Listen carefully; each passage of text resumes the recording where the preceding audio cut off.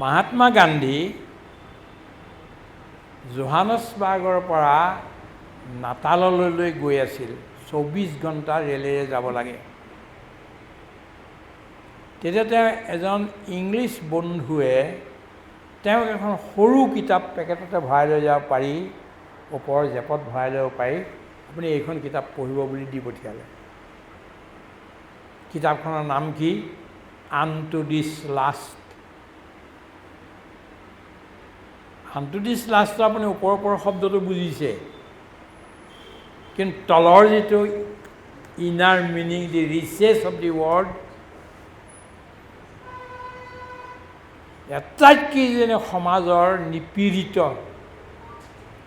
পতিত শোষিত বঞ্চিত সেই মানুহজনৰ পৰা আমি বিকাশৰ কামটো আৰম্ভ কৰিব লাগে এতিয়া আমাৰ মিনিষ্টাৰবিলাকে মই কেৱল অসমৰ কোৱা নাই গোটেই কৈছোঁ আৰু কেৱল মই বিজেপিৰ কথা কোৱা নাই সববিলাক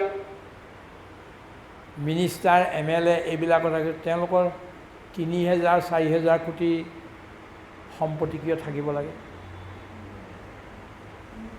সম্পত্তি ক'ৰবাত গৈ এমাছ হৈছে ক'ত ক'ৰবাত গৈ পেলাই একেলগে গোট খাই পৰিছেগৈ সমাজলৈ জনে আনটু দিছ লাষ্ট শেষৰ মানুহজনলৈ যোৱা নাই বিকাশ আৰম্ভ আমি শেষৰ মানুহজনৰ পৰা কৰিব লাগিছিল যাৰ একোৱেই নাই কিন্তু সেইটোতো হোৱা নাই আৰু যেতিয়ালৈকে সেইটো নহ'ব তেতিয়ালৈকে পৃথিৱীত অশান্তি হৈয়ে থাকিব কোনো উপায় নাই ভাল কৰা go to the last man listen to him feel for him and work for him এইটো আৰম্ভ হ'ব লাগে কিতাপখনৰ নাম সেইটো আছিলে মহাত্মা গান্ধী ৰাতিটো নুশুলেই সেই কিতাপখনকে পঢ়ি থাকি এটা হেৰি উলিয়াই আনিলে মানে কাগজ অলপমান ল'লে লৈ পেলাই তেওঁ পেঞ্চিলেৰ সৈতে এইটো গুজৰাটীলৈ অনুবাদ কৰিলে কিতাপখন সৰু আছিলতো কিতাপখন তাৰপিছত কি দিওঁ ইয়াৰ নাম এটা দিবলগীয়া হ'ল আনটু দিছ লাষ্টটো ঠিক নহ'ব মই কিন্তু আৰু এটা ভাল নাম এটা দিব ক'লোঁ তেতিয়া ভাবোঁতে এজন জৈন সাধুৰ এটা শব্দলৈ মনত পৰিল জৈন সাধু শিলভদ্ৰ তেওঁ এটা বাক্য লিখিছিল ইদম ৰাজ্যম সৰ্বোদয়ম এইখন মানে যিখন আধ্যাত্মৰ সমাজ হ'ব সেইখন সৰ্বোদয় সমাজ হ'ব সৰ্বোদয় মানে কি সকলোৰে সমানে উদয় হোৱা সকলোৰে সমানে উন্নতি কৰি আগলৈ লৈ যোৱা ইয়াৰ নাম সৰ্বোদয় মোৰ এখন কবিতা পুথি ইয়াত আহিছে নে নাজানো মই তাত লিখিছোঁ সেইদিনাখনলৈকে মানুহ সুখী হ'ব নোৱাৰে ধন্যবাদৰ পাত্ৰ হ'ব নোৱাৰে যেতিয়ালৈকে পৃথিৱীৰ কোনোবা এটা কোণত কোনোবা এগৰাকী বিধৱা মহিলাই ৰাতি ল'ৰাকেইটাক খুৱাব নোৱাৰি পেলাই অকলে চকুলো টুকিছে I will also be held responsible for the drop of tears she shed in the corner of the country somewhere else. I am also equally responsible for all this. কাৰোবাৰ কিবা এটা বেয়া হৈছে কোনোবাই কিবা এটা দুখ পাইছে ক'ৰবাত কেনেবাকৈ চকুলো ওলাইছে কাৰোবাৰ তাৰ কাৰণে ময়ো কিন্তু সিমানেই জগৰীয়া ক'ৰবাত নহয় ক'ৰবাত মই কণ্ট্ৰিবিউট কৰিছোঁ এনেকুৱা বেয়া এখন সমাজ হোৱাৰ কাৰণে বেয়া সমাজ আমিয়ে গঢ়িছোঁ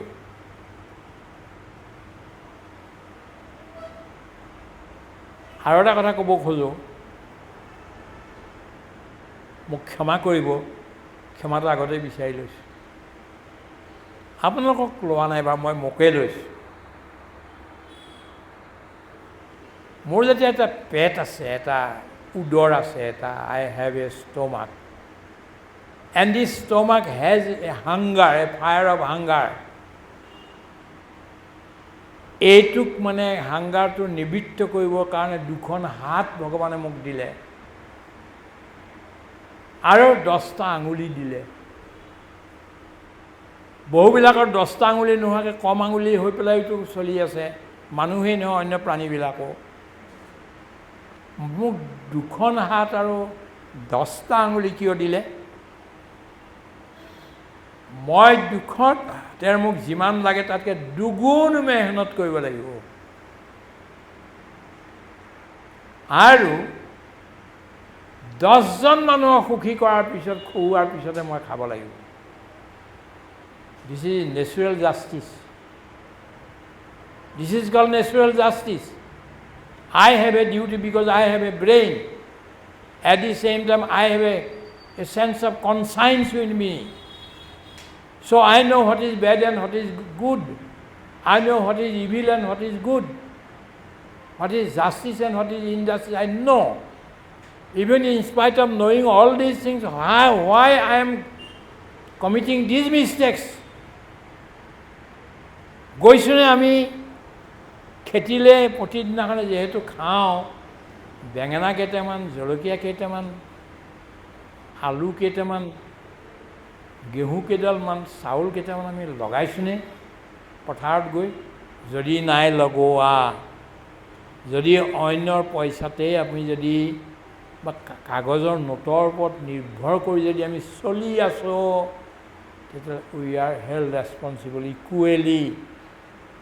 I am also a sinner, a criminal, not being able to produce what is necessary for me and for the society.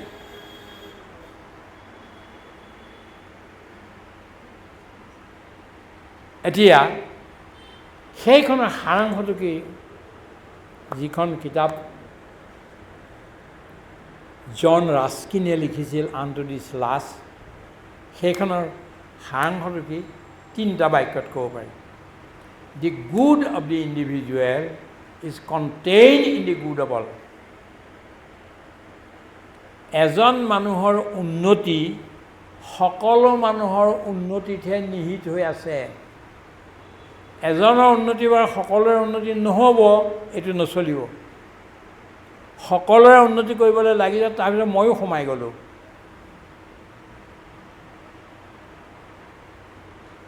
দ্বিতীয় কি ক'লে?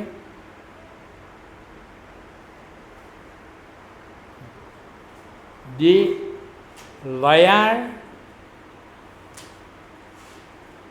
and the laborer both are equivalent, both have the right to get the same honor from the society.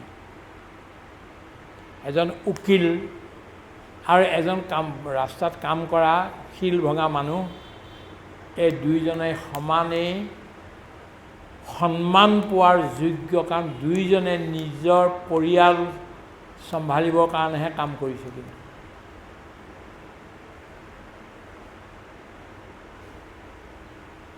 তৃতীয়টো কি ক'লে?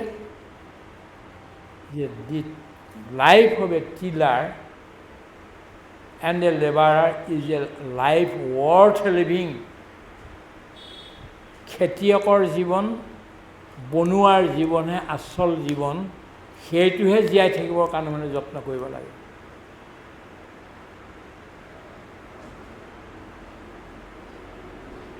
এতিয়া যিজনে মেহনত কৰে সদায়, যি দুজন নাহিলে আপোনাৰ ঘৰৰ কাম নচলে, আপোনাৰ ঘৰত ভাত ৰান্ধি দিয়া মানুহগৰাকী, বাহিৰৰ পৰা আহি ঝাৰু দিয়া মানুহগৰাকী, বাহিৰৰ পৰা আহি, তেওঁক আমি ইমান সন্মান নিদিওঁ। কিন্তু যিজনে ওপৰতে বহি লৈ পেলাই লেকচাৰ দি গুচি গ'ল, তেওঁক আমি পইচাও বেছি দিওঁ, সন্মানো বেছি কৰোঁ। This is a way, not way of life. এইটো জীৱনৰ পদ্ধতি হোৱা উচিত নহয়। এই কথাটো এতিয়া কেনেকৈ আহিল, ৰাস্কিনৰ মনলৈ কিয় আহিল, কেনেকৈ আহিল? ৰাস্কিন যেতিয়া 5 বছৰীয়া আছিল, তেতিয়া ৰাস্কিনৰ মাকে বাইবেলখন পঢ়ুৱাইছিল আৰু মুখস্থ কৰাই দিছিল। আইসকলক কৈছোঁ, ভাল কিতাপ কিনিব, বৈজ্ঞানিকৰ জীৱনী কিনিব, ধৰ্মগুৰুসকলৰ জীৱনী কিনিব, সাহিত্য কিনিব আৰু ঘৰত টেবুলত এনেই ৰাখি দিয়ক। ল'ৰা ছোৱালীবোৰে কেতিয়াবা খুলি চাই এটা বাক্য পঢ়িব, তাৰপিছত বদলি হ'ব সিহঁতি। এই মানুহগৰাকীয়ে কিমান ডাঙৰ কাম কৰিলে। নিজৰ ল'ৰাটোৰ ওপৰত ফেইথ আছিল। মই আগতে কৈছিলোঁ এইটো কথা যে মানুহৰ প্ৰতি মানুহৰ বিশ্বাস থকাটো এইটো বৰ ডাঙৰ শক্তি এটা। সেই মানুহগৰাকীৰ নিজৰ ল'ৰাটোলৈ বিশ্বাস আছিল যে ই আগতে কিবা এটা কৰিবগৈ, মই এইটো ভাল বস্তু পঢ়ুৱাই দিওঁ। আৰু পঢ়ুৱাই দিয়া নাই, মুখস্থ কৰাই দিলে বাইবেলখন, নিউ টেষ্টামেণ্টখন। এই বাইবেলখনত এটা কাহিনী আছে। কি কাহিনী আছে? এজন মানুহৰ এখন ডাঙৰ আঙুৰৰ বাগিচা আছে। এদিন এজন বনুৱা আহি পেলাই তেওঁ ঘৰ পাই পেলাই 8টামান বজাতে ক'লেহি যে মালিক, আপোনাৰ ইয়াত কাম আছেনে? আপোনাৰ বাগিচাত কাম আছেনে? মোক কাম দিয়ক না। বোলে দিম, তোমাক কাম দিম। বজাৰত কি কামৰ ভাও চলি আছে এতিয়া? বোলে 5 টকা।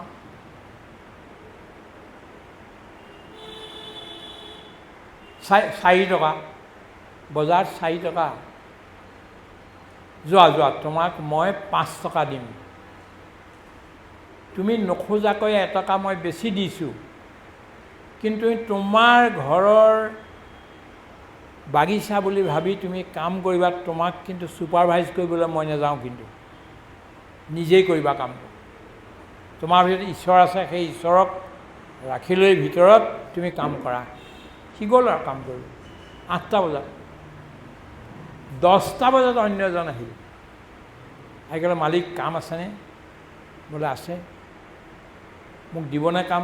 ঠিক আছে, যোৱা, তুমিও মোৰ বাগিচাখন কাম কৰাগৈ, এজনে কৰিয়ে আছে, তোমাকো মই 5 টকা দিম। সি গুচি গ'ল। 12টা বজাত এজন আহিলে। আহি পেলাই ক'লে যে মালিক, আপোনাৰ কাম আছেনে? তুমি কেলৈ ইমান দেৰিকৈ আহিলা? বোলে মোৰ কেইবাটাও লেঠা হ'ল। এটাতো মই বহুত 10 কিলোমিটাৰ দূৰৰ পৰা কাম বিচাৰি আহিছোঁ ইয়ালৈ, আৰু মোৰ পত্নীৰ গাটো ভাল নোহোৱাৰ কাৰণে তাইক মানে বৈদ্য লগাবলগীয়া হ'ল। ল'ৰা ছোৱালীকেইটাক খুৱাই বোৱাই মই আহোঁতে দেৰি হৈ গ'ল। ঠিক আছে, তুমি যোৱা, তোমাকো 5 টকা দিম। তিনিওজনকে 5 টকা দিম বুলি ক'লে। 5টা বজাত যেতিয়া কাম সমাপ্ত হ'ল, তাৰপিছত তিনিওজন আহিল। প্ৰথমজনক 5 টকা দিম বুলি কৈছে, দি দিলে। চাই আছে প্ৰথমজনে ইহঁতক কিমান দিয়ে। দ্বিতীয়জনক আহিল, তেওঁকো 5 টকা দিয়ে। খং উঠিলে আৰু যে মই 8টা বজাৰ পৰা কাম কৰিছোঁ, মোক 5 টকা দিলে। ই 10টাত আহিছিলে, ইয়াকো দিলে 5 টকাই। তৃতীয়জন যেতিয়া আহিলে, তেওঁকো 5 টকা দিলে। এওঁ বেছি খং উঠি গ'ল আৰু ক'বলৈ ধৰিলে যে আপুনি কেনেকুৱা মানুহ, 8টা বজাত অহাজনকো 5 টকা দিলে, 10টাত অহাজনকো দিলে, আৰু 12টাত অহাজনকো 5 টকা দিলে। কিমান অন্যায় কৰিছে আপুনি এইটো? বোলে মই একো অন্যায় কৰা নাই। তুমিতো বাহিৰত 4 টকাহে বুলি কৈছিলা, হাজিৰা 4 টকা, কিন্তু মইতো তোমাক নিজৰ ফালৰ পৰা 1 টকা বেছিকৈ দিছোঁ। মোৰ খৰচা হৈছে এইটোত। আৰু ধৰি লোৱা মই এইকেইজন মানুহক 5 টকা, তোমাৰ ক'ত লোকচান হ'ল? তোমাৰ 1 টকা লাভেই হৈছে। তোমাৰ পৰাতো পইচা কাটি পেলাই মই দিয়া নাই, মই মোৰ পৰা দিছোঁ, লোকচান মোৰ হৈছে যদি। কিন্তু এই মানুহজন যে 12 বজাত আহিল, এই মানুহ কি কাৰণে 12 বজাত আহিল? তুমি কাৰণটো বুজি পালানে? বোলে নাপাওঁ। তেওঁ ক'লে, এই কাৰণত আহিল। তোমাতকৈ বেছি গৰজু দৰকাৰী এইজন ব্যক্তি, এইটো আনটো this last man. He is the last man of society, and the development should begin from the last man. গতিকে মই এইটো কৰিলোঁ। সেইটোৰ পৰাই আনটো দিছ লাষ্ট কিতাপখন লিখিলে, আৰু এইখনে সৰ্বোদয় হ'ল। আৰু সেই গোটেই ভাৰতবৰ্ষত সৰ্বোদয় মুভমেণ্ট চলিল। বিনোবাজীয়ে তাত খোজকাঢ়ি মানুহক খুজি 75 লাখ একৰ মাটি দানত প্ৰাপ্ত কৰি দুখীয়া মানুহবিলাকক দান দিলে। এইখন সমাজে নিৰ্মাণ কৰিব লাগে। আমি যিখনত মানে দুখীয়াবিলাক আছে, দৈন্যতাত পৰি আছে, অসহায় অৱস্থাত পৰি আছে, এইবিলাক দূৰ কৰিব লাগে। সাহিত্য এই প্ৰচেষ্টালৈ যাবগৈ লাগিব। দ্বিতীয় এখন সাহিত্য কওঁ আপোনাৰ, জাৰ্মানলৈ বলক আপুনি। জাৰ্মানত এতিয়া অলপ দিনে হৈছে, বেছি হোৱা নাই, এখন কিতাপ ওলাইছে, নাম সিদ্ধাৰ্থ। আপোনালোকে পাইছে চাগে বহুতে। সিদ্ধাৰ্থ কিতাপখনৰ নাম।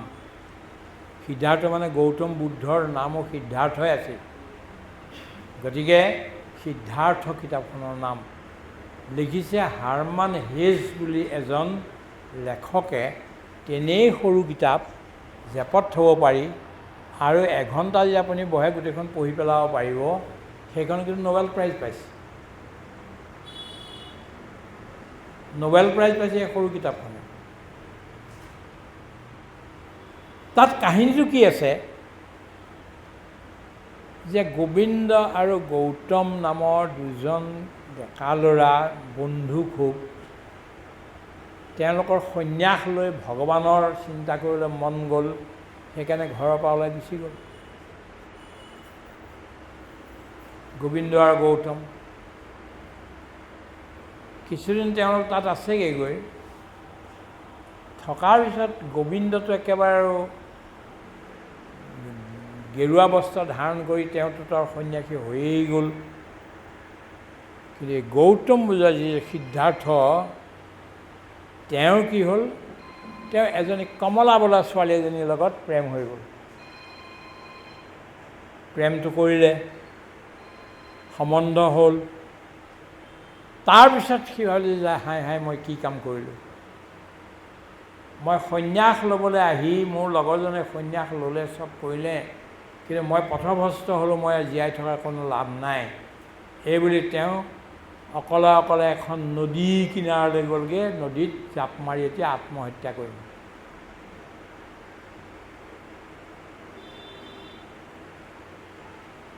গৰাৰ ওপৰত, থিয় গৰাৰ ওপৰত বহি আছে, আৰু এতিয়া আৰু আত্মহত্যা কৰিব, জাপ মাৰিব আৰু জাপ মাৰিব। জাপ মাৰিবলৈ লওঁতেই নদীখনৰ পৰা এটা শব্দ ওলাল,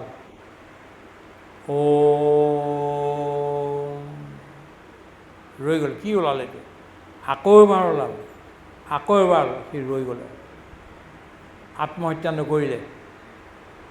নকৰি পেলাই নদীখনৰ বোলে চাই থাকিলে, পানীবিলাক পিছফালৰ পৰা আহিছে, আগলৈ গৈ আছে।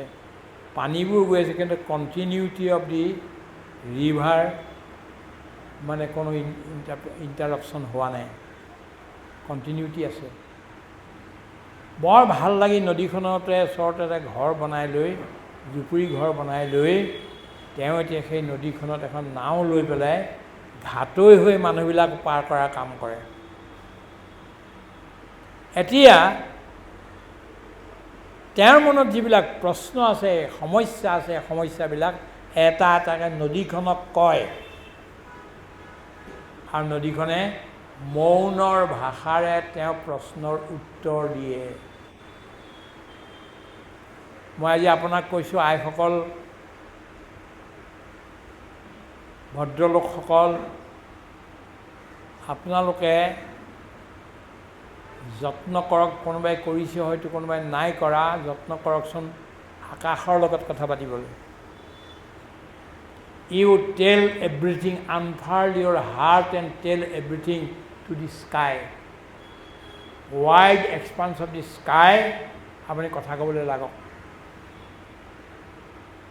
মৌনৰ ভাষাৰে কথা কওক। মানুহক জীৱনৰ সুখ দুখৰ বহুত কথা কৈ নাথাকিব, কাৰণ আপোনাক ব্লেকমেইল কৰিবলৈ ধৰিব, তাৰ লাভ ল'বলৈ ধৰিব। কথা কওক ভগৱানক, কথা কওক আকাশক, কথা কওক গছক, কথা কওক সাধু সন্তক। আপুনি ৰাতি হেৰিয়াৰ সময়ত এটি মানে মিডনাইট ইউ গ' টু ইয়'ৰ ছটখনৰ ওপৰত গৈ আকাশক আপোনাৰ দুখৰ কথাবিলাক ক'বলৈ ধৰক। 2-3 দিন আকাশে শুনিব, তাৰপিছত the sky will come down to you নহয় যদি আপুনি কৰি চাওকচোন, প্ৰেক্টিছ কৰি চাওক। The sky will come to you and console you. আপোনাক সান্তনা দিব, আপোনাক জ্ঞান দিবলৈ আৰম্ভ কৰিব, আৰু আপুনি আকাশৰ লগত বন্ধুত্ব স্থাপন কৰিবলৈ বাধ্য হৈ যাব। ঠিক এনেকৈ নদীখনেও ঠিক তেনেকৈ। ইয়াৰ হিন্দী অনুবাদ এটা ওলাইছে জীৱন সৰিতা বুলি। জীৱন নদী, জীৱন নদীৰ সংগতি এইবুলি আছে সেই কিতাপখন। পঢ়িব কেতিয়াবা, নহ'লে ইংৰাজী এডিশ্যনটো আনি লৈ পঢ়িবই পাৰে আপুনি।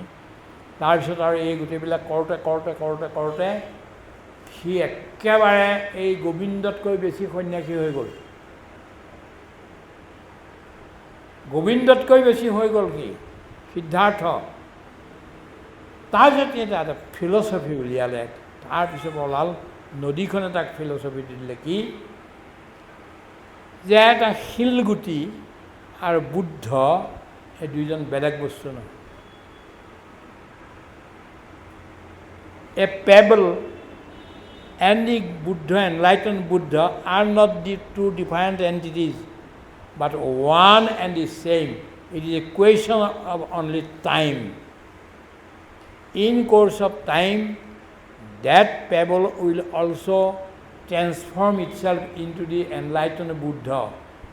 Buddha also had been a pebble in his beginning of life. শিলগুটি বাটত পৰি আছে, বা আপোনাৰ গছৰ মানে দুবৰি গছ এডাল পৰি আছে, গছ বাটৰ দুবৰি বন গছকত পৰা তাৰো এটি পাতে দিয়ে স্বৰ্গৰ বতৰা। লক্ষ্মীনাথ বেজবৰুৱাই কৈছে, বাটৰ দুবৰি বন গছকত পৰা তাৰো এটি পাতে দিয়ে স্বৰ্গৰ বতৰা। You have the timidity to listen to date the blade of grass, you will get the message of paradise.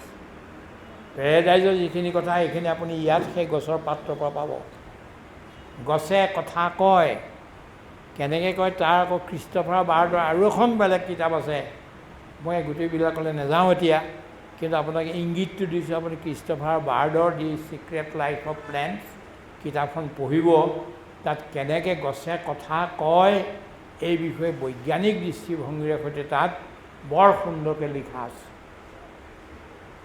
Gautam বুদ্ধই যে এনলাইটেনমেণ্ট পালে, কেনেকৈ পালে? তেওঁ নিজৰ ভিতৰৰ পৰা পোৱা নাই।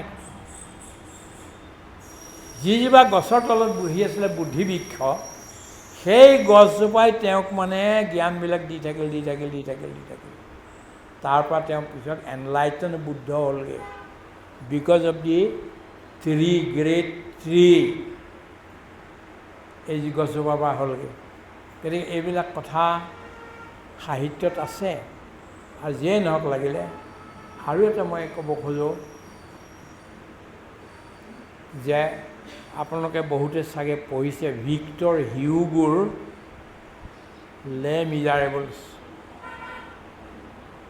এনেকুৱা প্ৰেমৰ সাহিত্যৰ উপন্যাস পৃথিৱীত বহুত কমেইহে পোৱা যায়। লে মিজাৰেবলৰ আৰম্ভণিটো কেনেকৈ কৰিছে, যিটো আমাৰ সৰ্বদয় মানুহবিলাকে লৈছে। জা ভালজা নামৰ এজন মানুহে ফ্ৰান্সত, পেৰিছত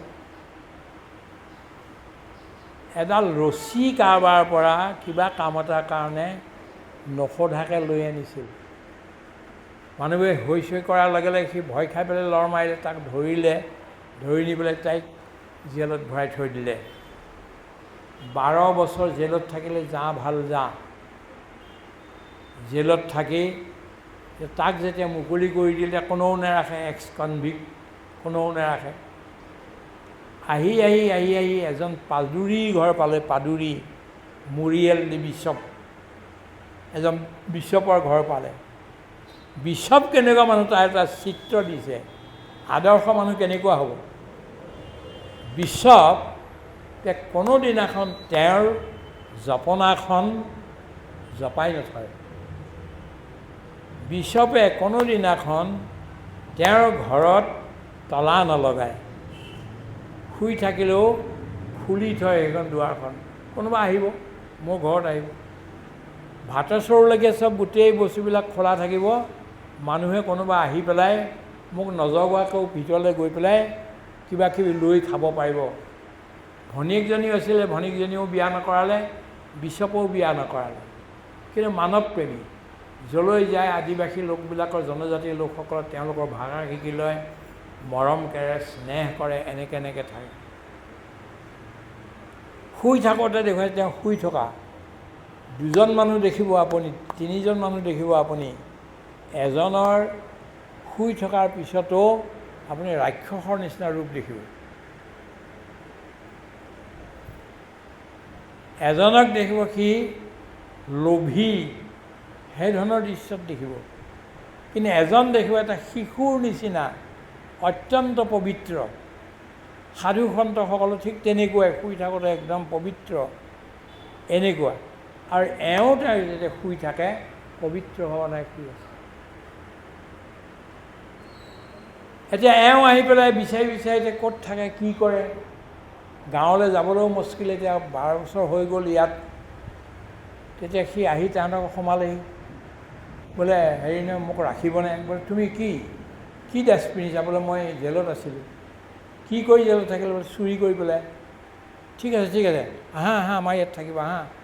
ভণ্টি এওঁক ভাত ৰান্ধি দিয়া। আছেনে নাই ভাত? বোলে নাই। এই ৰান্ধি দিয়া ধুনীয়াকৈ বঢ়িয়াকৈ বনাই দিয়া। তুমি কি খাই ভাল পোৱা কচোন? সি জীৱনত মানে এই 12 বছৰটো আগতেও নাই শুনা মৰমৰ কথা, এতিয়াও মৰমৰ কথা শুনা, আজিতো বৰ মৰমৰ কথা শুনিছে। বোলে মই এইটো দিম, ৰ'বা তোমাক ঘিউ দিম, মৌ দিম, চব দিম, এই কৰি আৰু খুৱাই মেলি তাক মানে খুৱাই থৈ দিলে। বৰ একেবাৰে এহাত এমুঠনৰ গাদী এখনত মানে শুৱাই থৈছে। সি তাত টোপনি নাহে কোনোদিনাখন। মাটিতে পৰি থকা, মাৰ খাই থকা মানুহ এটা সি তাত হেৰি কৰিছে, গতিকে কেনেকৈ থাকে, টোপনি নাই। সি ঘূৰি ফুৰোঁতে দেখিলে যে দুডাল মানে কেণ্ডেল ষ্টিক আছে, সোণৰ বাঁহ, বৰ ধুনীয়া, আৰু দুৱাৰ চোৱাৰ খুলি থোৱা আছে। খোৱালে হয়, এডাল লৈ ভাগৰ। এইবিলাক কৰি সেই আনিবলৈ যায়, আকৌ ভাবে যে মোক ইমান মৰম কৰিলে, দেহকচোন এই মানুহজনে, সেই মানুহগৰাকী ইমান মৰমীয়াল দেখিবলৈ, ইমান মুখখন দেখিলে পবিত্ৰ লাগে, এনেকুৱা বুলি।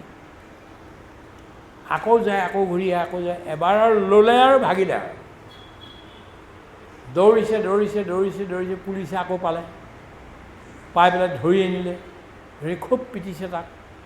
পিটি আনি বোলে ক'ৰ পৰা আনিলি তই এই দুডাল? বোলে আমুকৰ মুৰিয়েল বিশ্বপ তাহাঁতৰ ঘৰৰ পৰা আনিলোঁ। লৈ আহিলে আৰু লৈ অহা আৰু সি কান্দি আহিছে, খুব তাহাঁতেও মাৰি আনিছে, পিটি আহিছে। সি সাৰ পালে, আৰে কাক মাৰিছে? বোলে এইটো আপোনাৰ ঘৰত আছিলে? এতিয়া বোলে আছিলে আমাৰ ঘৰত, আমাৰ ভাই হয় এইটো। নেমাৰিবা। বোলে এইটো চুৰি কৰি লৈ গৈছোঁ। নাই, মই চুৰি কৰা নাই নহয়, আমি দিছোঁ তাক মৰমেৰে। কেণ্ডেল ষ্টিক সোণৰ এই দুডালক তাক মৰমত দিছোঁ তাক লৈ যাবলৈ। নেমাৰিবা এই বুলি কৈ আৰু বচালে আৰু তাক লৈ আনিলে। এতিয়া পুলিচটো গুচি গ'ল। তেতিয়া ক'লে, ভাইটি এই দুডাল তোমাৰ কাৰণে আছিল আগৰ পৰা, তুমি যদি আমাক আগতে ক'লাহেঁতেন তোমাক ধুনীয়াকৈ আমাৰ বান্ধি একদম হেৰি কৰি পেকেট কৰি দি দিলোঁহেঁতেন নহয়, তোমাক নোকোৱাকৈ কেলৈ লৈ গুচি গ'লে? বা যি হ'ল এতিয়া শুই থাকিলে আৰু 2-এদিনমান থাকিলে আৰু তাক মৰম চেনেহ কৰি ৰাখিলে। এদিন সি তথাপিতো আৰু তাৰ আকৌ মনৰ ভিতৰত জাগিছে, মানে চুৰি কৰোঁ নে নকৰোঁ, এইটো হৈ গৈছে তাৰ, কোনটো কৰোঁ এতিয়া। এনেকৈ থাকি সিহঁতে শুই থাকোঁতে আৰু সি লৈ একদম পলালে একদম চহৰ পাৰ হৈ গাঁৱলৈ গৈ আৰু ৰাতিপুৱাই গ'ল। আৰু ৰাতিপুৱা মানে 9টামান বাজিছে, এজনী সৰু ছোৱালীয়ে চেইন এডাল পিন্ধি আহিছে। আৰু পিন্ধি আহিলে মানে তাৰ মানে সেই ভাৱটো জাগৃত হ'ল যে এইডাল চুৰি কৰিলে, দে এইডাল দে, মোক দে। তোমাক কেলৈ দিম আকৌ, মোৰ মায়ে মোক পিন্ধাই দিছে, তোমাক কেলৈ দিম? নে মোক দিব লাগিব? তোমাৰ ৰিজাল্ট নহ'লে নহয় নেকি? বোলে নহয়তো। আৰু লোৱা তেতিয়াহ'লে বুলি দি দিলে। ইমান শান্ত, ইমান সহজ সৰল ছোৱালী, সৰু ছোৱালীজনী, তাই সেইডাল লৈ আৰু ভাগিল একদম ফ্ৰান্সৰ এনেকুৱা দুৰ্গম স্থানত গৈ পেলাই সি আৰু সোমালেগৈ। তাৰ পৰা এতিয়া এই লা মিজাৰবলখন আৰম্ভ হৈছে, প্ৰেমৰ কাহিনী। কেনেকৈ কি হ'ল। গতিকে এতিয়া কোৱাৰ তাৎপৰ্য এইটো যে মানুহৰ গুডনেছৰ ওপৰত বিশ্বাস ৰাখক, এদিন সি গুড হ'বগৈ। আৰু কেনেকৈ সি এজন মানুহ গৈ সৎ ব্যক্তি হ'লগৈ, মহাপুৰুষৰ নিচিনা হৈ গ'ল, যা ভাল যা, ইয়াৰ কাহিনীটো তাৰ মাজেদি আছে। গতিকে এনেকুৱা বহু কথাই ক'ব পাৰি। আপোনাৰ সময় হৈ গৈছে, মই বেছি আৰু ক'ব খোজা নাই। কেতিয়াবা মাতিব, মই আৰু বঢ়িয়াকৈ আপোনালোকক ক'ম। মানে এমহীয়া অতিথি বুলি নামাতে, এনেই মাতিব, 10-12জন মানুহ গোট খালেই হয়। গতিকে মোৰো সময় থাকিব লাগিব। মই আজিকালি 3খন কিতাপত একেলগে কাম কৰিছোঁ। এটাতো গীতাৰ 18 অধ্যায়ৰ ওপৰত 18খন কিতাপ লিখিব লাগে। প্ৰতিটো ৱৰ্ডৰ ওপৰত মোৰ নিজা যি ভাৱনা আছে তাক দি পেলাই আমি বনাইছোঁ। 10 নম্বৰ অধ্যায়লৈকে হৈছে। তাৰপিছত এখন প্ৰাৰ্থনা পুথি লিখিছোঁ। আজি আপুনি ক'লে যে শিশুবিলাকে বৰ ধুনীয়াকৈ ইয়াতে ভাষণ দিলেহি, এই কৰিলে। মই এই মহাপুৰুষবিলাকৰ জীৱনীবিলাকৰ বেলেগ পৃথিৱীৰ ঘটনা কিছুমান দি লিখিছোঁ, সেইখনো চলি আছে। আৰু মহাপুৰুষ মাধৱদেৱৰ ওপৰতো 6খন কিতাপ লিখাই হ'ল। এতিয়া কিন্তু মূল টেক্সটটো মই ইংৰাজী কৰি আছোঁ, সেইকাৰণে মই বাহিৰলৈ বৰকৈ নোলাওঁ। আপোনালোকে কেতিয়াবা মাতিলে ওৱান্স ইন এ ব্লু মুন আহিম কেতিয়াবা। আৰু বহুত চৰ্চা হ'ব পাৰে, বহুতবিলাক পৃথিৱীৰ বেলেগ সাহিত্য বা বিচাৰৰ ওপৰত, ফিলচফিৰ ওপৰত হ'ব পাৰে। তো এইবিলাক আমি আলোচনা কৰিম। গতিকে ইমান শান্তিৰে সৈতে এটা শব্দ নকৰা, লৰচৰ কৰা নাই বিশেষকৈ লোকসকল। দে আৰ নট মুভিং, যেনেকৈ আছে তেনেকৈয়ে আছে আৰু। গতিকে ধন্যবাদ দিছোঁ আপোনালোকক, আৰু মোৰ বক্তব্য ইমানতে সমাপ্ত কৰিছোঁ। 2-এটা যি প্ৰশ্ন আছে আপোনালোকে ৰাখিব পাৰে। ধন্যবাদ, নমস্কাৰ।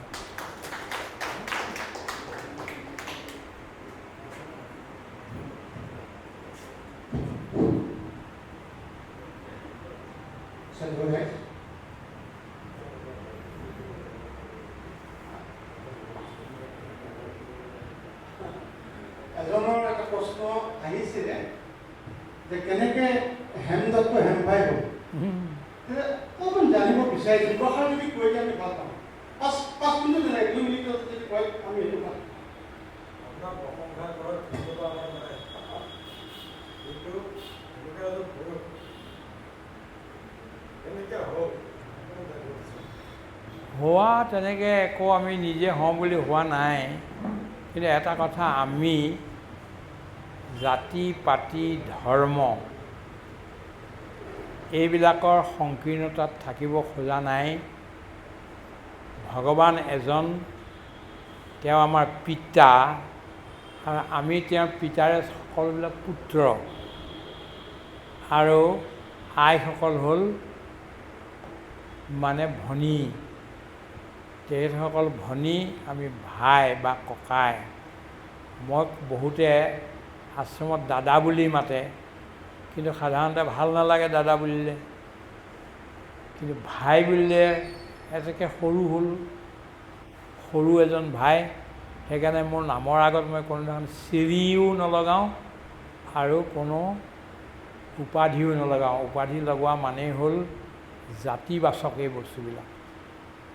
মহন্ত বুলি ক'লে আপুনি তৎক্ষণাৎ এইজন গোসাঁই, শৰ্মা বুলি ক'লে এজন ব্ৰাহ্মণ, এই গগৈ বুলি ক'লে এজন মানে আহোম, বসুমতাই বুলি এইজন মানে বড়ো, আৰু মহম্মদ বুলি ক'লে এইজন মুছলমান, তাৰপিছত যদি জন বুলি কয় তেতিয়াহ'লে এইজন মানে খ্ৰীষ্টান। এনেকৈ তৎক্ষণাত এটা চিফাৰ হৈ যায়। ভাগ বিচৰা আমাৰ ভিতৰতে হৈ যায়। এতিয়া মোক কোনেও ক'ব নাই মই কোন জাতিৰ, মই ট্ৰাইবেলেই নে, ব্ৰাহ্মণেই নে, গোহাঁয়ে নে, কলিতাই নে, আহোমেই নে, কোনেও নাজানে। মই ভাই মানে ভাই আৰু মানৱ। সেইকাৰণে হেম ভাই এইবিলাক আমি বহুত মানুহে তেনেকুৱা কৰিলোঁ। জেলত আছিলোঁ আমি এসময়ত, দিল্লীৰ তিহাৰ জেলত। স্বামীজী আৰু মই দুয়ো আছিলোঁ, 10.5 মাহ। তেখেত আমি আছিলোঁ ইমাৰ্জেঞ্চিৰ সময়ত। তেতিয়া আমি বহুত মানুহ ভাবিলোঁ যে এইটোতো আৰু ঠিক হোৱা নাই, আমি জাতি পাতি এইবিলাক চব হেৰি কৰিব লাগে। আৰু বহুতবিলাক গোসাঁই আছিলে বা ব্ৰাহ্মণ আছিলে যিবিলাকে হেৰি লৈছিলে, লগুণ লৈছিলে, সেইবিলাকো ছিঙি মেলি এক মানুহ হ'ল আমি। We are human being only. We have no' creed, no' caste, no' community. আমি বিশ্ব মানৱৰ সেৱা কৰা বা উপাসনা কৰা এবিধ জীৱ। One of them is Hem ভাই হিমছেল্ফ। এনেই আমি শংকৰদেৱ মাধৱদেৱৰে শিষ্য হ'লেও কেলে শংকৰদেৱৰ মাধৱদেৱৰ ধৰ্মটো ইউনিভাৰ্চেল। ক'তো কাকো কোনো প্ৰকাৰে ঘৃণা কৰা নাই, মানে বেয়া বুলি কোৱা নাই, তলত ৰখা নাই, সমান ভাৱনাৰে কৰিছে।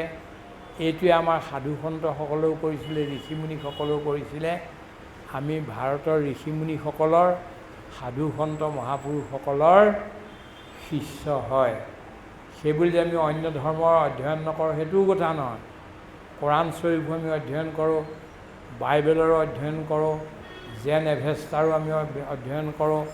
বিভিন্ন পৃথিৱীত যে এই 11টা ধৰ্ম আছে গোটেইবিলাক আমি অধ্যয়ন কৰোঁ আৰু সকলোকে সন্মান দিওঁ। উই ৰেচপেক্ট অল অফ দেম। সৰ্বধৰ্ম সমভাৱ, সেইটোৱেই হ'ল কথা।